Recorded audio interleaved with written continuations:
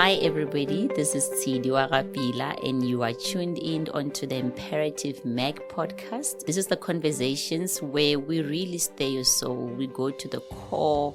We touch onto the human side of the spiritual human being or the spiritual being that is having a human side.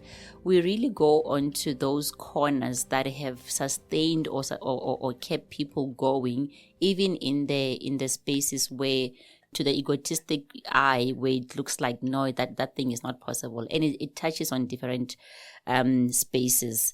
And today I am with my own mentor, my brother whom we fight so much and love so much, but genuinely someone who has seen me grow in this space and who's been by my side.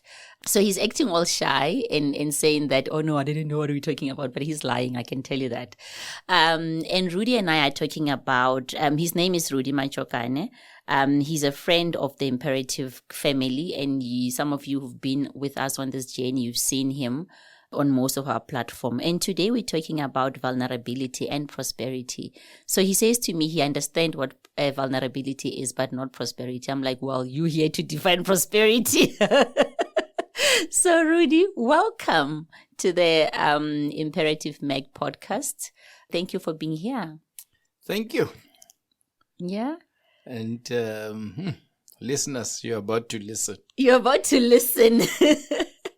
Rudi, some questions sounds very, very fast when I'm asking who's Rudi, because I know who Rudi is, but I also don't know who Rudi is, because you surprise me all the time. You just change your garden and farm different fruits and vegetables all the time. So when we know Rudi to be the apple farmer or the cabbage farmer, he just changes and plants something else. Some of the indigenous, you just have these multiple seeds in you, which you grow all the time. And I'm like, what, how, right? So who is Rudi? If you are able to even put that into words. Wow. The simple ways that come to my head is I'm a child of God. You are a child of God. That's the simple words that I can say. Yeah. I've been driven by God. I live for God. And that's what makes me. Yes. But what does it mean to live for God? What does that mean? So you try and do everything in your power to ensure that everything that you do is holy and pleasing to God. Okay. And that's between you and your God. That's between me and God, but yes. Also it must translate or manifest in my actions. Okay. So if you say to me, Rudi is a poor child, that corner, and I decide, oh, okay. I keep quiet and I go buy a bag of potatoes and then take it to that young boy or young girl sitting at that child-headed family. It's always a sign that manifests into God. I have a cousin who was turning 60 last week. I spoke at this as a keynote speaker and he said to me after, Rudi, there are 13 young couples in here. I would love you to join me. But you joining me to encourage, to make sure that these kids don't see life in the eyes of those that are not worthy of God's eye. But you need to make sure that we deliver these young people and make sure that when they turn 60 or 50 or 40, they have a better life. And I said, wow, that's so lovely. And better life as couples, as human beings, better lives as what? Better lives as human beings and better lives as couples. Okay. When you get into marriage, you go into marriage as an individual. Yeah. But you need to make it as a couple. Yes. Because that's what makes the marriage. Yeah. But you don't lose your individuality. So that's why I say it's better individual and better couple. Which is very hard to not lose your individuality, I think. Not necessarily. I always say when it's like going into an employment. You need to bring your individuality, but you need to blend within the team and make sure that whatever it is that you go into, your vision and the company's vision are one. Okay. it's the same as we go into marriage. You bring your vision, but once you are in that marriage, you and your partner must create a new vision that will fit both individuals' visions. Yeah. And it's not easy, though, I can imagine. Because the vision change at some point. It alters. So what I said to you is my vision now will alter as I grow and evolve as a human being. Well, that's what vision is for. You never leave your vision. Many people would always say, oh, my vision is to go to the United States of America. Then they go to United States of America, but they keep the same vision. Oh, there's a problem. There's a problem, yeah. What you need to do is you always need to make sure that you don't leave your vision. And once you leave your vision, you need to create another vision. That's how life is. And what I say when individuals come into a marriage, they bring their own visions and then create a new vision with the partner, which will fit their own visions, but then create a bigger one. What it does is you have something new to live for. Okay. But once you leave that vision, you need to create another one. You need to create another one. There must always be a tension between your reality and where you want to go. If that tension lapses, then there's a problem. You need to create another one, otherwise you're dead. Yeah. Sure. So, Rudi, I want to take you back to 2019 or 2020? Okay. Yeah. So we last saw you. I forgot when the last imperative session was. I'll remember. 2019. Was it 2019? Yes. COVID was 2020 March. Oh, yes. And then we were closed down. And we closed down, yes. So we saw you in 2019, right? And you were one of the speakers at the imperative. They show up for yourselves. Yep. And we've been showing up on digital platforms, but that's another point. And then we went into COVID. 2020 was a big 10 for you in your life, right? And I remember when you were telling me a story, I think I was holding, Rudi is this guy who's just silly in many ways and serious in many ways. So sometimes the fight becomes where I don't know where he is in that blend of silliness and seriousness. And I'm like, so he's telling me, so I'm like, okay. Rudi, are you serious? Because I think that's when he knows that I'm done with this nonsense. Come back. And he's like, yeah, what do you want? So we have this. And I'm saying to him, so how come you are that calm? And then he repeats the story, but I'm holding on to something like dearly tight. And I'm really biting my lower lip because I want to cry. But he's saying on the other side that you can't cry. It's not your story. But so it's your story, Rudi. I won't tell it. Did I? Yes. You said to me, you can't cry. It's not your story. So, and I was a bit upset because I told Tido when I got home that Rudi tells me this and he says I can't cry. So wow. This is your story. So how it all began. I had a hardened skin under my feet. And unbeknown to me, I'm already diabetic. But when I did this, I just did not know I'm diabetic. So I removed that skin. Forcefully, roughly, whichever way you can think of, I just peeled it off. And it's like an onion. You peel off, then you find another hard skin, then you peel off, then until there's nothing to peel, there's just a hole. It took about 2 weeks. I then drove to Guyana for a cousin's wedding. I drove and it was raining that Saturday. I got feverish and I thought it was the rain. Then it was the 5th and 6th of December, if I'm not mistaken. So we came back home and I had another wedding the following week. I was supposed to be an MC. Yeah.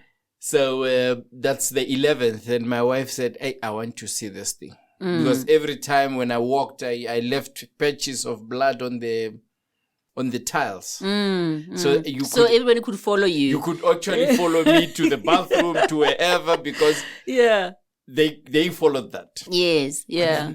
Then my wife said, no, man, clean this nonsense and take this thing to the doctor. I said, hey, I've got pills from the chemist and I've got a But ointment. what pills did you get? Was it pain medication or? No, not pain. It was not antibiotics, but similarly to antibiotics, because they don't issue without a prescription. Then I said to her, hey, I'll be fine. Don't worry. Let me just do this for 2-3 days. Yeah. On the 11th, she said to me, hey, I'm not taking your nonsense. Remove your sock. Yeah. I had a sock on because as I was stamping, I said, hey, I'm tired of stamping and showing people where I'm going. Yes. So let me put on a sock, and walk barefoot. She said, remove the sock. I said, no. So I have 2 young men who are well built. Yeah. And then he said, hey, Tsago, come. Yeah. Pull this sock out of this man. This one, yeah. And then he did. If I show you the picture, her face was almost like, I don't know what she was seeing. And she said, I'm taking you to hospital now. I said, no, man, let's go to a doctor. He said, hospital. But where's the fever at this point? It has subsided? It hasn't subsided. Yeah. I'm still wearing warm clothes in summer of December. But she said, I'm taking you. And then I followed through and cowered down. Yeah. She took me to the hospital.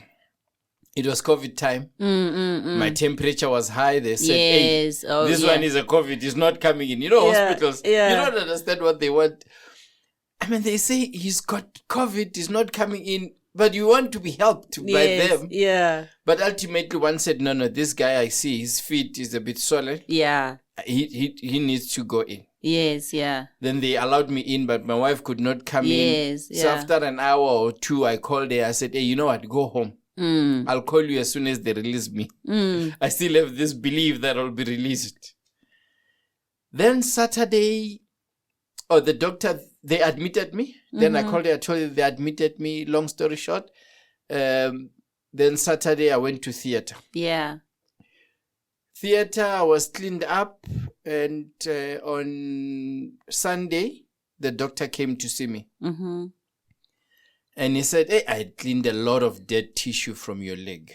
I'm asking for a second opinion, but I think I should amputate you. Yo. Shock. The word. Yeah, no. And doctors don't have a filtering. Yeah, they just go in. Yeah. And I'm saying, no, man. Then I phoned my wife. Hey, Fuena, did you give this person permission to operate on me? She says, no, why? I said, hey, this guy says he's going to amputate me. He said, no, I did not. Then she comes running to the hospital. Sisters, everybody calls them. Hey, why are you operating on my husband without telling me? Why, Then the sister said, oh, we thought the doctor told you. Yo. Here is the prognosis. She gives her 2 envelopes and she says everything is in there. And I'm not sure what were they expecting from my wife, because how is she going to read medical terms and all those things? Yeah. But fortunately, we have a friend. We have a couple's meeting. So there's a friend of us there, Professor Tumbo. So she says, I'll call Professor Tumbo and then I'll ask him.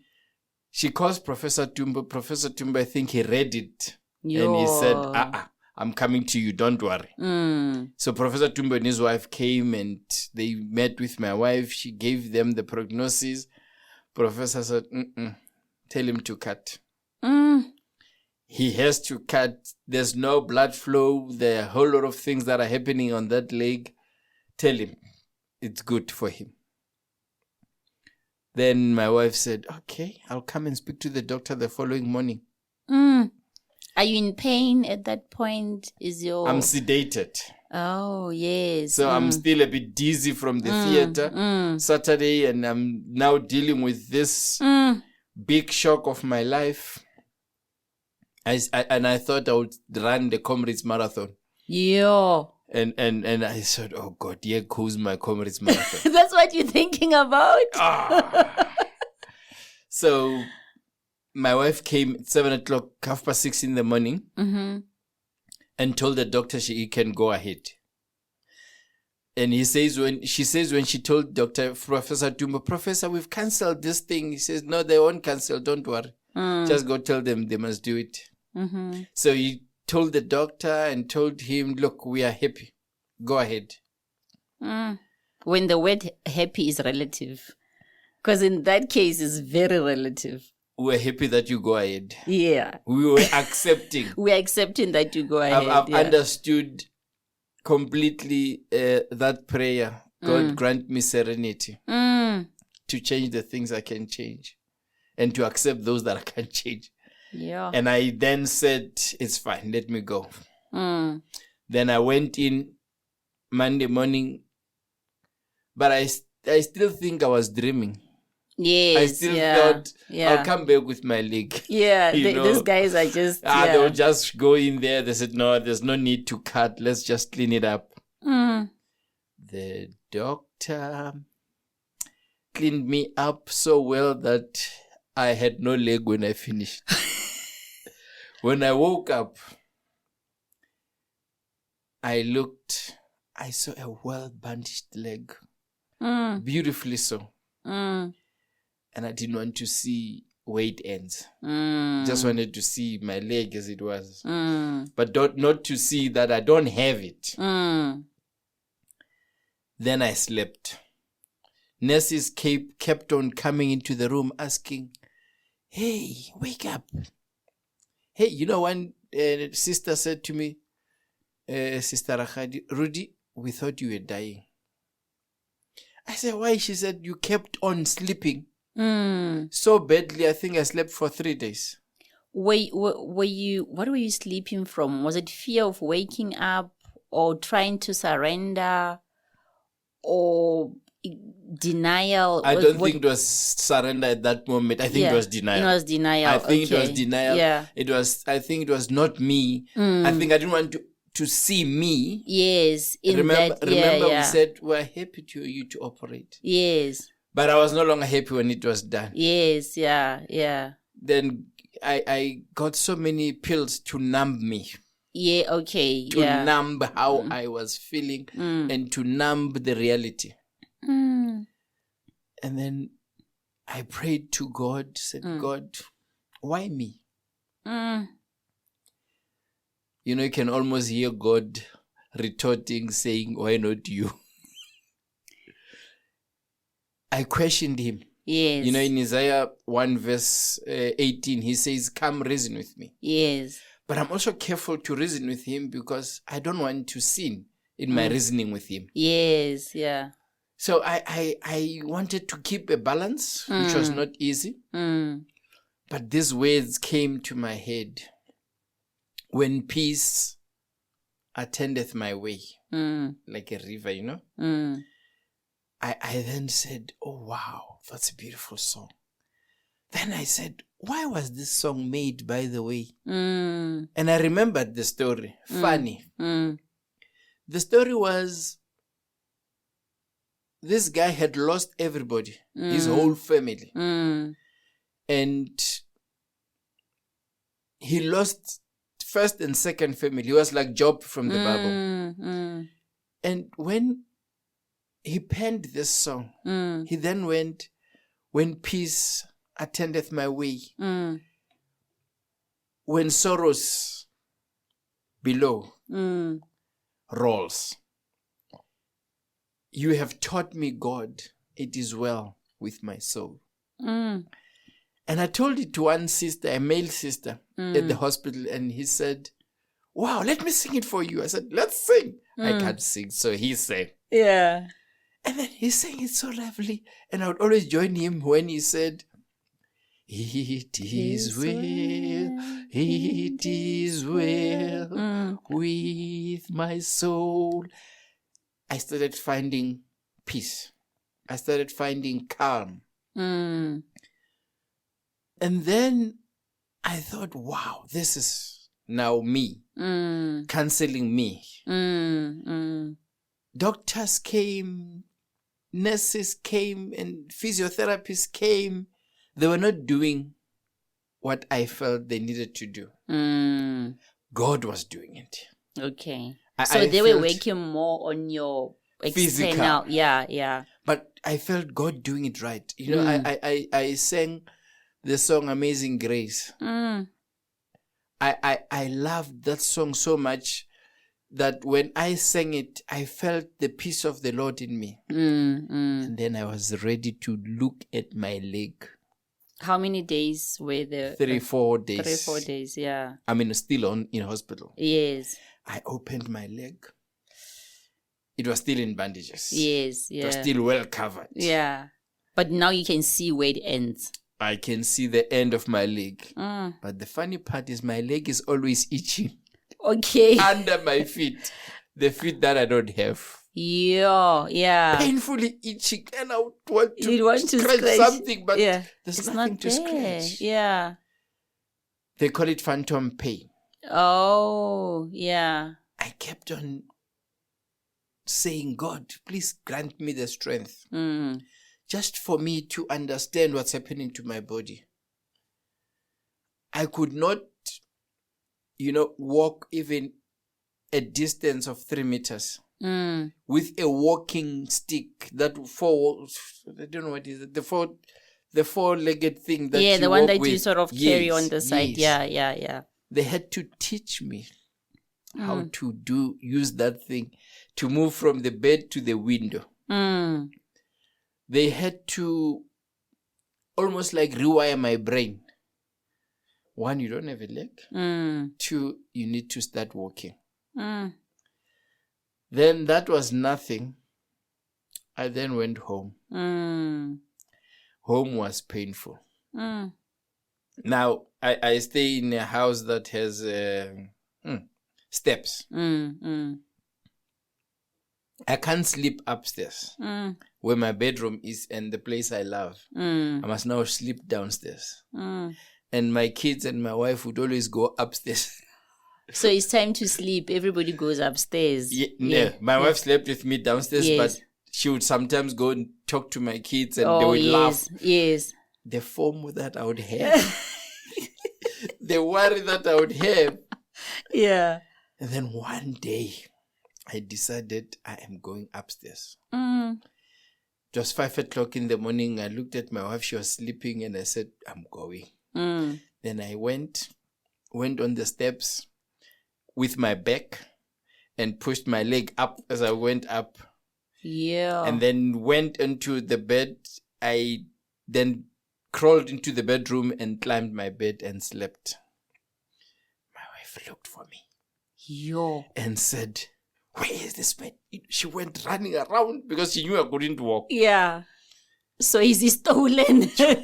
Then she came to find me in the bed after a long time and I was sleepy. She said, what are you doing? I said, I needed my bedroom. And that's how I moved to my bedroom, by the way. You moved back to your bedroom. I moved back to my bedroom. And even then they made noise and laughed next to my bedroom. I was happier because the former was now. I quenched the thirst. Yeah. So when I was there, I had 3 or 4 moments where I fell badly. I would stand up and still remember I have a leg. Oh. And then which leg gets hurt? The one that's stitched. I felt. Then the second time I was in the bathroom, I missed the walker. I fell naked. I remember my sons had to come in the room, into the bathroom. My wife, they were carrying me along. I said, I am now a real disabled man. Your dignity gets disabled. Your soul gets disabled. Your body is disabled. Everything else is almost disabled. Then there was a couple from church that came. They brought me a wheelchair. My freedom. Colin and Ilona came and, it was COVID time. They would not see me. They would stand by the passage and wave and told me, oh, Rudi, you look well. We're bringing you the wheelchair. Because I told them I'm going to buy a wheelchair. I said, no, don't buy. We have one at church. We'll bring you one. Then I broke. I cried so much. Then that was my first cry at home with my family and everybody else. And this guy said, no, don't worry. You'll be fine. But I was fine. I don't know what spirit overcame me that said, cry. I cried so much. And that's also the time when I broke even. Then I started singing this song, Holy Mother, Where Are You? It's Eric Clapton and Pavarotti song.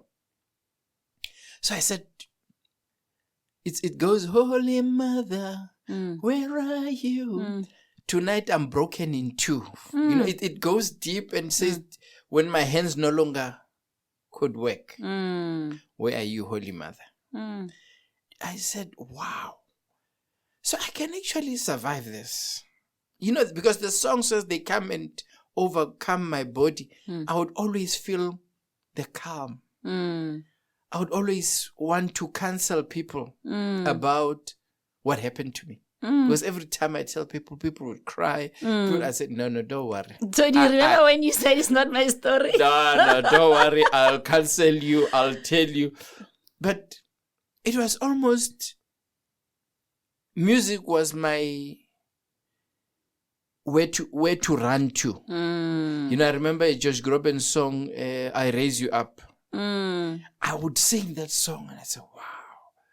You know, and a Tio Soga song is sung by Nomsa Dlomo, Lizali Sidinga. And I would say, wow. You know, so this was almost overpowering me every time, and I would cry, but not cry for pain or for worry about me. I would be thanking God. This is a time when I would say, God, even if I don't see the results, even if I don't see what you're doing for me, I thank you. Because you always do something. You are always there working miracles around me. And I felt so loved by God. And then translated into my wife. I don't know if I would have been able to do what she did for me, the way she did it.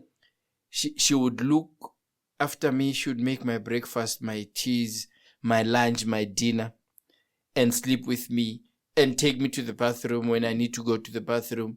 She would always be there. She always bent me and said, you are not going to walk alone. If I'm not there, you shout. If I don't hear you, you shout until I hear you. Until I hear you, yeah. You are not going to walk on your own. You know, once I had a visitor, our personal friend. Yes, okay. And she came. I asked our helper, I said, bring juice. She said, there is none. I said, no, man, there is. I took my walker and walked. As I turned the corner from her and she did not see me, I fell so badly. I stood up like a man. Never cried in front of her. Never showed her that I fell. Then I went to the garage. I brought the juice. I came with it. As soon as she left, I cried badly. Was it still so? So, and this time I had not forgotten I don't have a leg. I knew I don't have a leg. But my walker trapped on the map. On the carpet, yes. Yo. I fell. Boom, I had burning. And I don't know if she saw, but I don't think she saw. But I had changed. But, you know, I always laughed in front of people. I always tried to make people much more comfortable. It's like when I go for a massage today, I'll say, I am disabled. I have half leg on the other leg. If you fear to touch people like me, please bring me another person. Oh, yes. Because I just want to be... But somebody said to me, but Rudi, why are you thinking for us? Think for you. If we have a challenge, we'll tell you. And now I do it. I just walk and say, I'm going to massage. I remove my leg, you know, put it there. I see, whoop, you know. But it's such fun now that I am able to talk about it. I've acquired more friends. There's a lady that I talked to in Guyana I've never met. She listened to me as I was speaking on the Zoom. In fact, she was not listening, she was told. Oh, yes, okay. And then I phone her every 2 weeks, 1 week. She amputated her leg because of diabetes, and they could not stitch her. She stayed a year without being stitched, so her leg needed to heal on its own. And then she phones me one time and she said, I was told you once fell. Please, what makes... I said, I understand. I fell 4 times.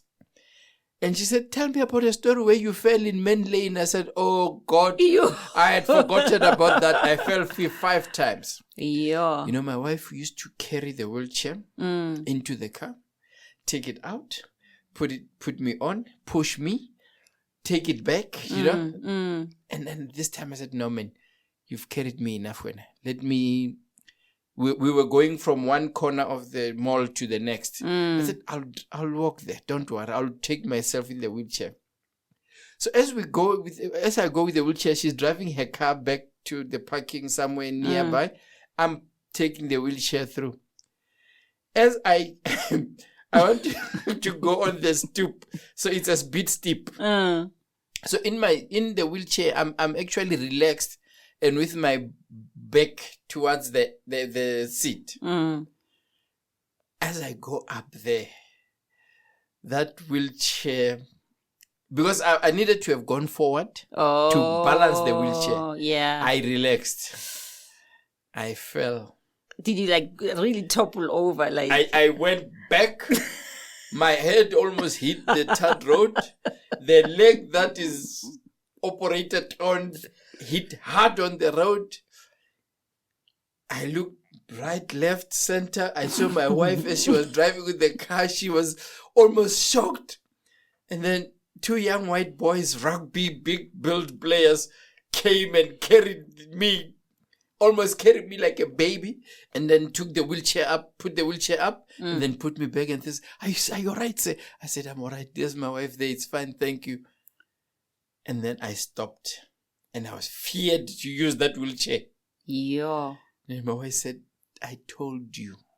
Rudi, do you think you were at that time, right? Because I think in you want to be the Rudi that we know, the independent individual that we know you to be, the strong man that we know to be, who you've carried all of us on your shoulders, your ears, your nose, where we all just come onto your plate and take. Were you still longing for that? And that is why you'd say, no, you've pushed me enough, then let me just do this one. What I longed for was independent. What was to be independent and only ask when I needed help. Okay.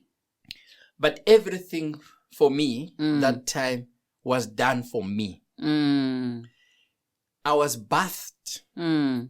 My wife bathed me on a daily basis until I found a way to go into the shower. I still do today. I put a chair and then I sit on the chair, take my leg off and then shower, then stand with one leg but with the balance on the chair. So that was independence for me. So in that for you that was a win. Freedom. It was a win. Yeah.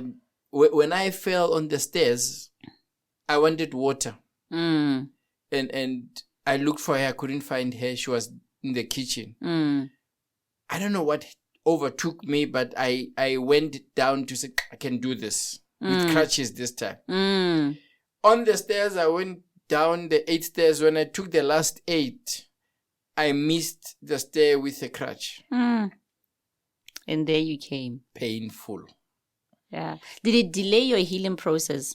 It did. It did, because every time I would hit the stitches, it meant it will take time for me to go to a prosthetic leg. So I needed to heal completely for me before I get a prosthetic leg. So it would be swollen. And that week I was going to see the doctor. He said, what have you done? I said, hey, I was trying to do this. He said, look, you rather don't walk if you can't walk. Yes, yeah. Don't do it and then create problems for yourself. So the doctor then said to me, Rudi, you need to think first. Think about who you are, what you have become. You have 20% disability. That's what they call it. Oh. So you need to know, take your time, think about it before you stand up, then stand up. Then I build it into my head and I think about it all the time.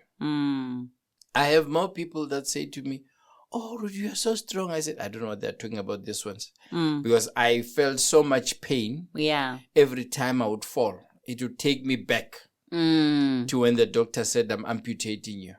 It would take me back to saying, but Lord, why are you not making my load better? Because I can feel it's getting better. But when it gets better, you bring another. So there's this constant reminder that you are no longer the Rudi that you were. It's like when you go up the hill and you mount Mount Sinai. And they said, no, Mount Sinai is a small mountain, man. You need Kilimanjaro. And then you go Kilimanjaro and then, no, that's small. You need. So it's like that. It's like peeling an onion. You open the first and you think, oh, you're done. Then you get another one. Then you get another one. You'll keep on peeling until you are dead. That's how it is. So do you regret that day when you cut that? Do you ever get moment where you like, I shouldn't have, and I would be somewhere? You know, the first day I went to the podiatrist, the feet doctor. He said to me, no, man, we do these things. I would have done it for you. You didn't have had to cut. But for me, it doesn't help to regret the day. Yes, yeah. Regret it takes away your soul for no apparent reason. You are renting. It's almost like when you hate people or when you don't like people, you give them a rent free in your heart. The same as regret. Yeah. So I don't regret doing it. I've looked at it and I said, so what? I don't have it. Whether I regret or I regret. So you don't want to live in the what if moment because the what if never happens, right? I don't want to live there. And I think that for me is very important because most of the time we people in whatever we go through, we always regret the choices or the decision that we did not make. But the fact is we did not make that decision. And living in what could have is also, is not there, right? I live for the future. You live for the future. I live for today and today will take care of the future. Yeah. I look at life and I say, what is it that I'm going to grab out of life today? What is it that I'm going to do to make sure that I have a better today? I pray to God to help me live better life today. For tomorrow will be taken care of. But is it easy to do that mantra? Do you find days where you're looking at your life and you're like, there's nothing I can grab today? No, it's possible to end a day and say, oh no. Oh no. And then you start thinking about tomorrow. That's when you start thinking about you being the powerful man, taking all over the world. That's where the wrong things start. Because when you start thinking, I'm powerful, I am good, I am great, and you want to take on the world, you'll do wrong things. But when the world will take you over. Completely. Yes. But once you surrender and say, God, I have my plans, but you have better plans for me. Yeah. Let your plans take over. Let it be. I always say, God will give you strength at times when you don't understand. He gave me a strength to say, I'm good. I would go to town with my wife with my wheelchair. And I did not care who looks at me or who doesn't look at me. You know, I remember, white kids would come to me and say, "Oh, Daddy, he's lost his leg. Where's this man's leg?" I would say, I would be fine with it. You'll be fine. So you had accepted and where you were. Yes. Yeah. And then some guys would come and tell me, "Oh, my dad has just been amputated. Oh, my dad this." And I found it, white people were more easy to talk to me. Is it? Yeah. And black people would always look at me and look aside and don't want to look at me in the eyes. Yes. I also did not worry about it because I knew that's the effect of what I had done. I was still telling you a story that I would go to town. So when I got my temporary prosthetic leg, I only could wear shorts. Oh. Then I did not know that I could give clothes that can cover it and go through because it's slightly bigger. Oh, okay, yeah. And I would be walking in town in the... At the malls or anywhere. Yeah, yes. yeah. The mall that I took time to go to was the mall, my Irene mall. That's the mall I normally went to. Yeah. And I didn't want people to, get shot and whatever. Yeah. So I would go to Castle Gate, but I'd always go. And then someday I decided, okay, let me go. These guys, they're like family to me. Yes. And they would say, "Oh, we didn't see you for a long time." What? I said, "No, I've amputated my leg." And I'm saying, "No, I did. So don't worry about it." And I say it as easy as it is because I have accepted in me that God is there and is still taking care of me. I may have lost 2 legs and 2 hands. If the soul is still there, God is there. Rudi, you're saying something. I remember I was saying, can't even remember in what context, but thinking that, I think we were doing it was in one of the sessions, and we were doing the "Who are you?" right? And then everyone will say, "I'm a man, I'm a woman, I'm a mother, I'm a da-da-da," and then we'll go to, then if you're not a mother, then who are you? If you're not a man, then who are you? And I could see the constrainment that we have as people around being the body. And in my conversation, I would always say, but then you are not the body. The body is the shell, is the house that your soul is living in today. But and this soul will leave, and there will be perception about it and whatnot, but then not your body and the focus on the body. So do you get that this is the shell? And you're talking to CD in this shell, and that this is just, there's something deeper that lives in here, that manifests and farms and produces seeds beyond our stay here. I believe it's just an overall. It's an overall. That you wear. You could, women would change every day. I say to my wife, "You're changing every day." She would put a wig, a weave, her hair. The short one, the long one. The long, I mean, the lipstick. The red, yeah. But it's not her. The inner hair is who I had married to. She can do anything in her body outside, but that's all she can do. What's important is the inside, is the inward person that manifests into the outward. And the outward is what manifests into the makeups and the weaves and these things. But the inward is the most important.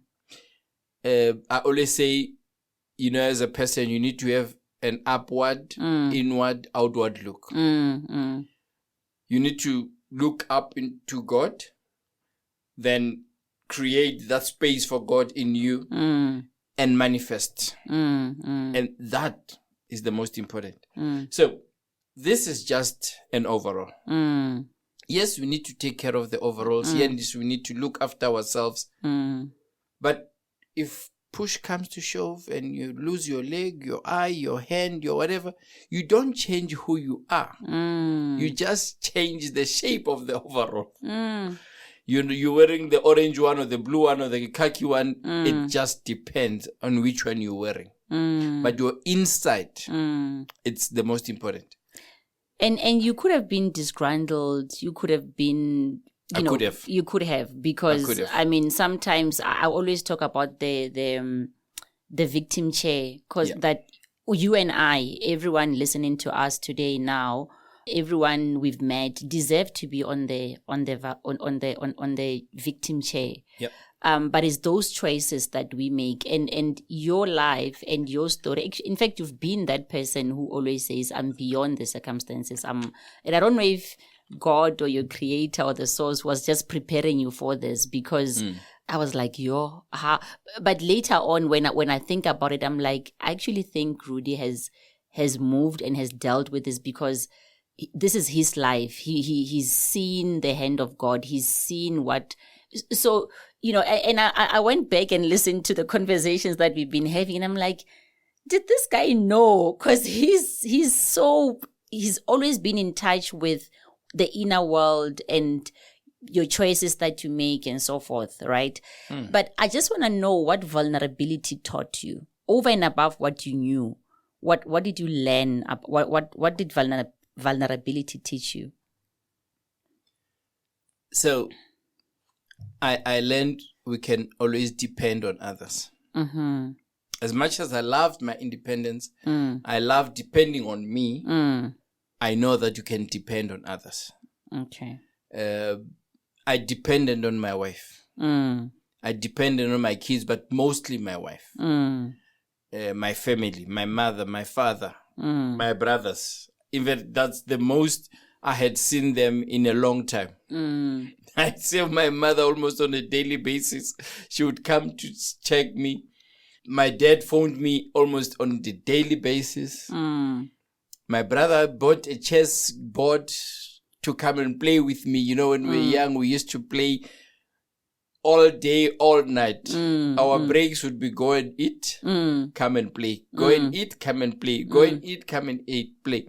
And he brought me the chairs and he said he wants me to come back. And my brother... Do you think they were worried of losing you mentally?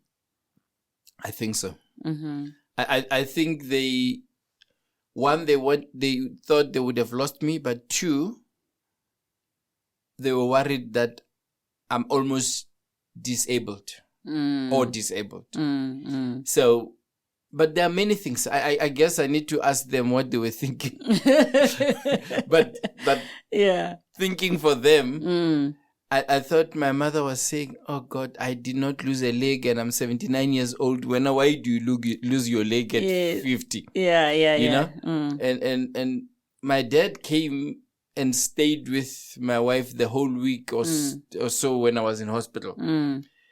And came to see me in hospital, because then it was only one person, but my wife would always say, "Let's go. We'll make a plan. We got this covered." Yeah. So, and the challenge for me, looking at them, was looking at the worry in their face.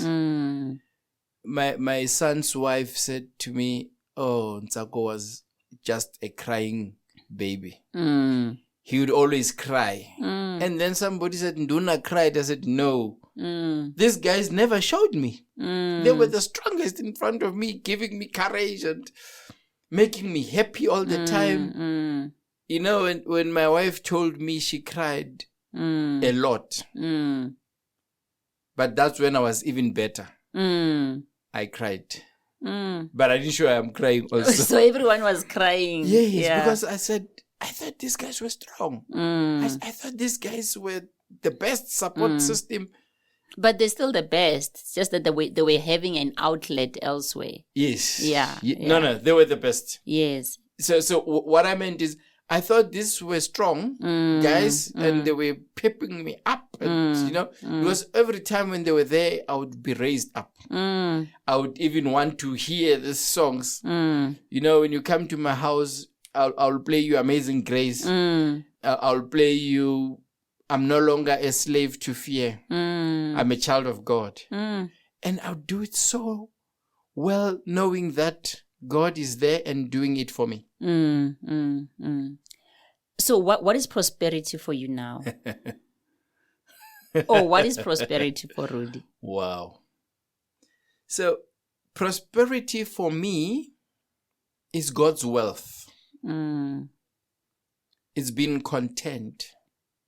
I was preaching in church and I was using Matthew 11, verse 28 to 31.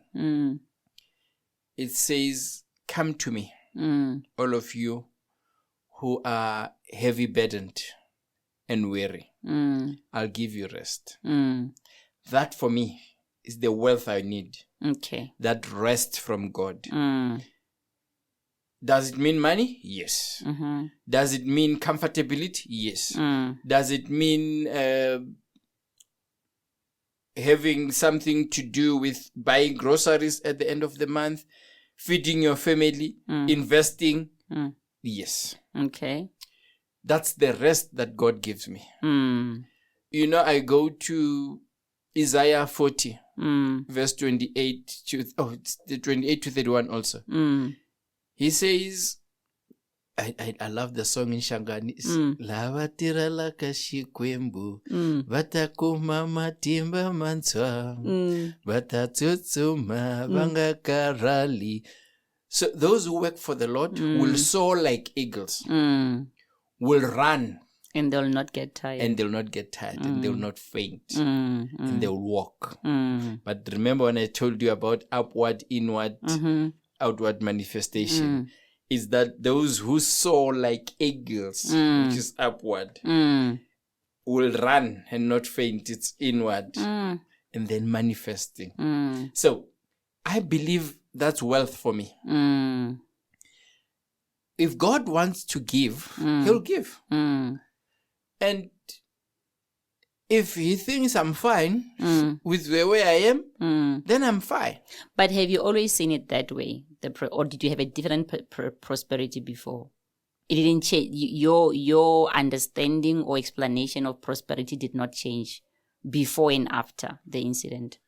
Remember, prosperity when we are young is, I want to build a beautiful house. I want to have a good job. I want to have good money. I want to go on holiday 3-4 times a year. And 2 of those or 1 of those must be an overseas trip. Yes. That's prosperity. But a well-defined prosperity for me has to involve or include God. And maybe it has changed. Maybe I had lived the vision. Okay, now you have to. The prosperity vision. Yeah. And now I need the vision where prosperity is about God. Yeah. Yeah, it's mostly about God. It's mostly about doing things that pleases God. And to do things that please God, you need to have. God is God of the have-nots and God of the haves. And I believe both of us will need to go through the eye of the needle. Okay. Yeah. Both. Nobody whether gets wealthy saved. or whether poor, we go through the eye of the needle. Yeah. And that's my belief. Okay. Rudi, if only we could stop time, but as we know, nobody can. Even the great Bob Marley told us that, no one can stop the time, that we fear not the atomic energy because no one can stop time. But in this case, I haven't checked where you are. So we will need another session to go through what's next for Rudi. What is Rudi doing? I know you're big on mentorship. I know you're big on conversations that are uplifting others, and we'll need a conversation about that. Your story is so overwhelming. It's still overwhelming for me. And when I saw you, I'm like, are you growing young? Because you look younger than, you must say I look handsome. You look handsome. Don't. I mustn't say you look young. No. Okay. Just say you look handsome. You do look handsome, Rudi. You do. Thank you for joining us on the Imperative Meg podcast. It's really an honor. This is the chair or the platform that we create for ourselves to go back and teach and learn or be taught by people like yourself so that we can learn, so that we can really understand. I don't know if we can ever understand life, but have tools. I'm sure people who are listening today will get some tools that they can implement in their own lives and, really champion and lead a meaningful life. Thank you so much, Rudi. If you were to ask, or if I was to ask you this question, and you answer me in one sentence. And it goes as, life is such a blessing. Life is such a blessing. And there you have it from Rudi. Rudi, you are a blessing for us, and continue being this pillar that you are in our lives in many different ways. From us, we wish you light and liveliness upon you all the time. And cheers to your family, hey? I receive. Yeah, cheers to your family. And on behalf of them, thank you. Thank you, Rudi. And there you have it. This is another podcast session of The Imperative Mac, and my name is Rudi Warapila. We will be chatting to you soon.